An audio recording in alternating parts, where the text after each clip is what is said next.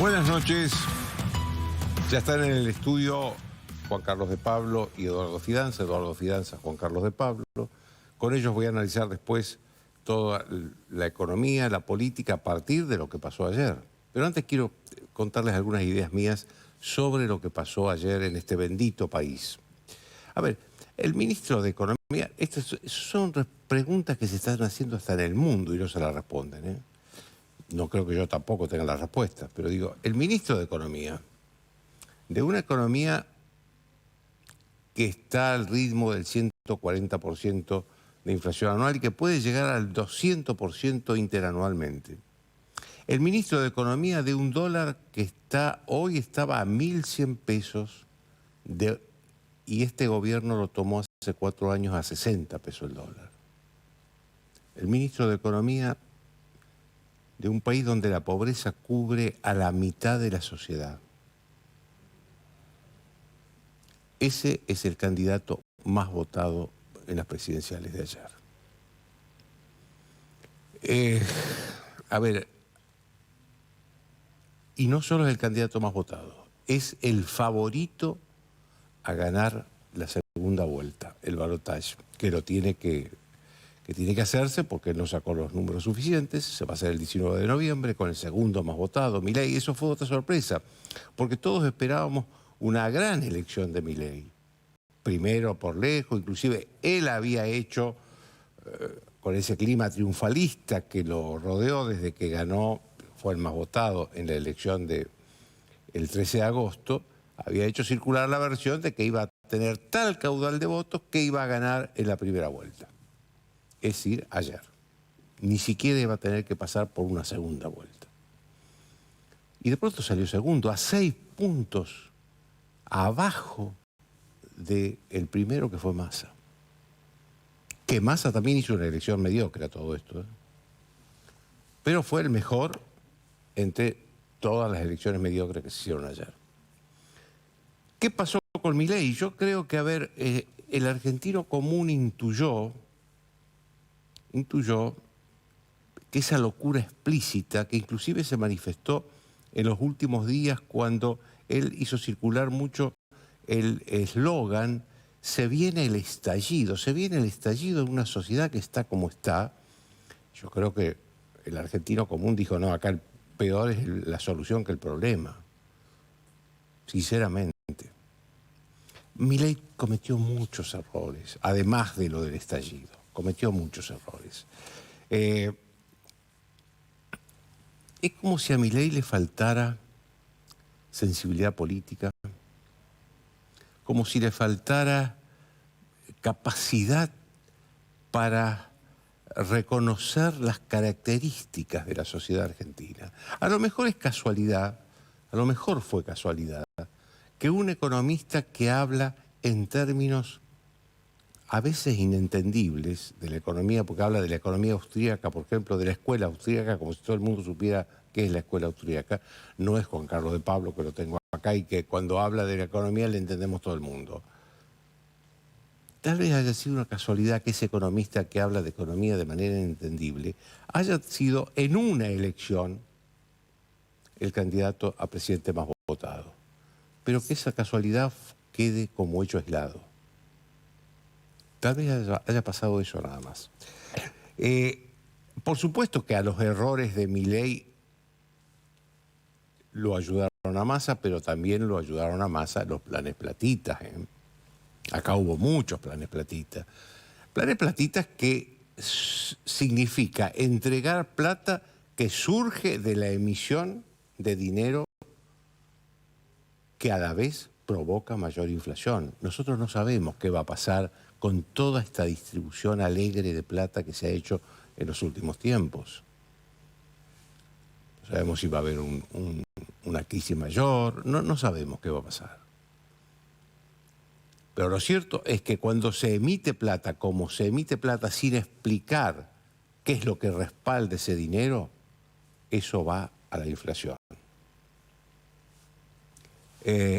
Y Massa no explicó nunca con qué iba a compensar esos recursos del Estado que sacaba para su campaña electoral. Yo nunca vi un candidato presidencial de un gobierno que hiciera tal uso y abuso de los recursos del Estado para su campaña electoral. A lo mejor esto, a ver, el gasto público en la Argentina significa, espero que De Pablo no me desmienta después, más del 40% del PBI. Y en la mayoría de los países de América Latina el gasto público está en el 25% del PBI. Pero ustedes se imaginan la cantidad de dinero que tiene el que está al frente del Estado, casi de libre disponibilidad, porque acá nadie controla nada, nadie controla nada. Creo además que los populismos son posibles cuando hay mucha pobreza. Y quiero hablar con mucho respeto con respecto a la pobreza.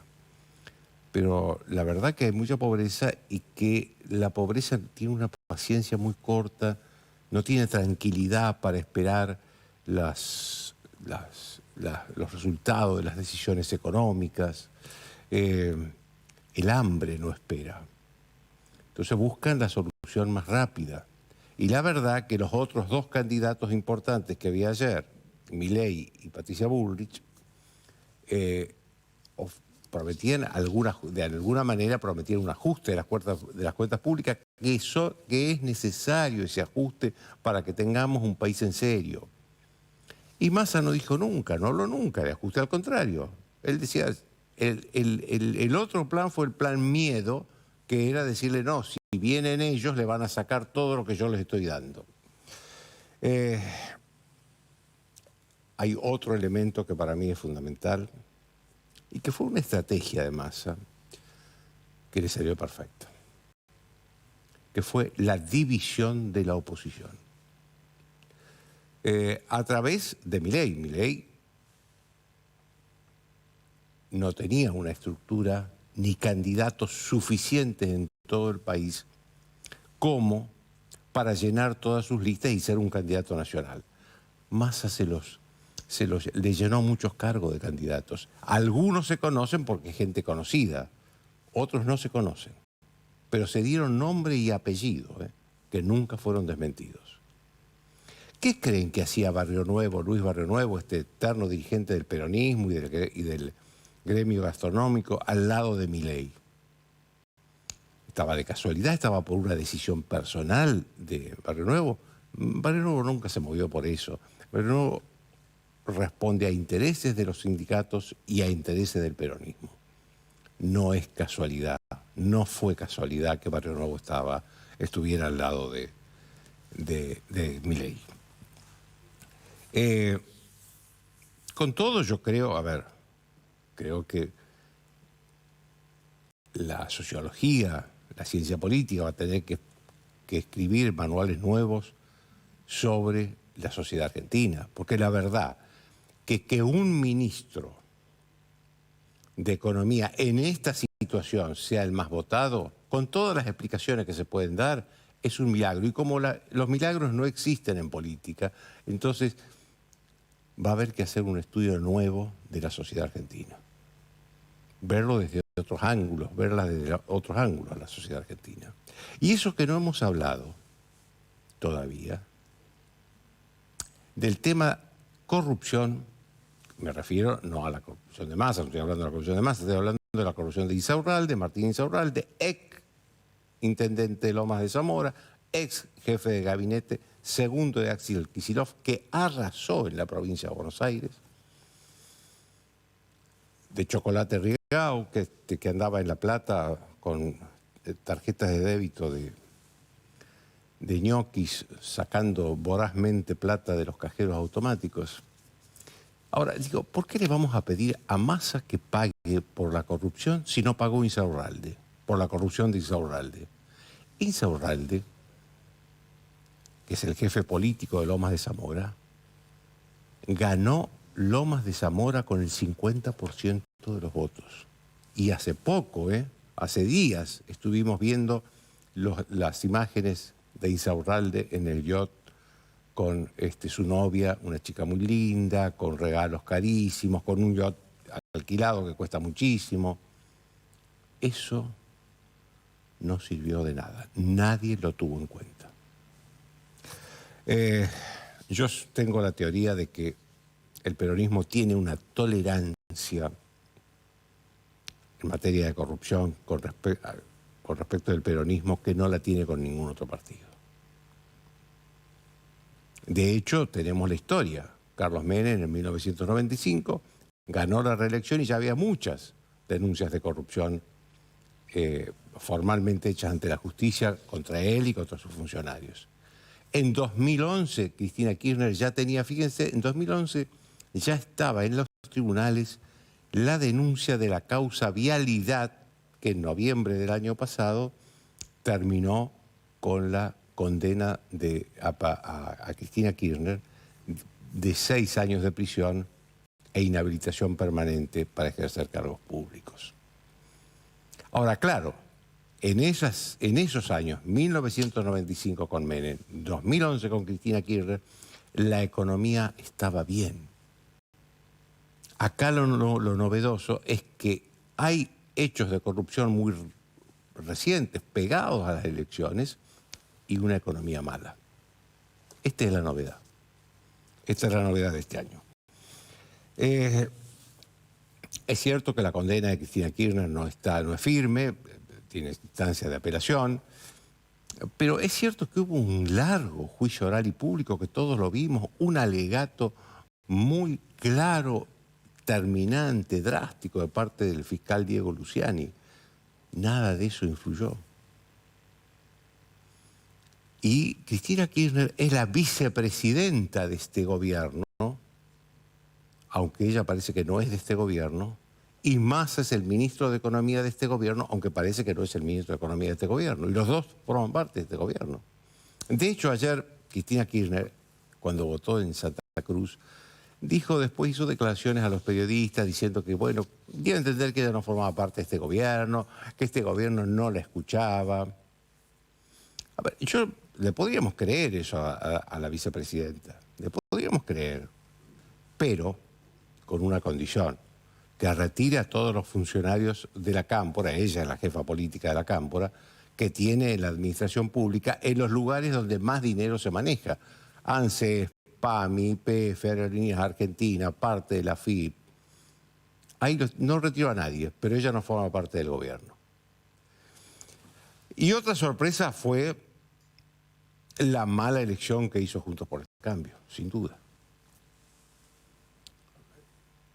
Patricia Bullrich perdió como 4 o 5 votos con respecto de la elección de hace 2 meses, del 13 de agosto. Y yo creo que esto es consecuencia, producto de la interminable pelea interna que tuvieron en esa coalición para elegir quién va a ser presidente. En el último año y medio más o menos, cada dirigente importante de Juntos por el Cambio que venía acá, yo le preguntaba: ¿no les parece que se están peleando demasiado? Y por supuesto la respuesta era que no era así, que no. La consecuencia fue esta. La consecuencia fue esta. Ahora, dicho esto, es importante que Juntos por el Cambio siga unidos, ¿eh? Por una cuestión, nos podrán gustar, no gustar sus dirigentes, pero por una cuestión de equilibrio de poder. Juntos por el Cambio va a ser el segundo bloque en la Cámara de Diputados y el segundo bloque en la Cámara de Senadores con más diputados y senadores después del peronismo. Ustedes se imaginan si se fractura Juntos por el Cambio, si se fracturara Juntos por el Cambio, lo que haría el gobierno con el Congreso. Ni pensarlo. Y ojo, Sergio Massa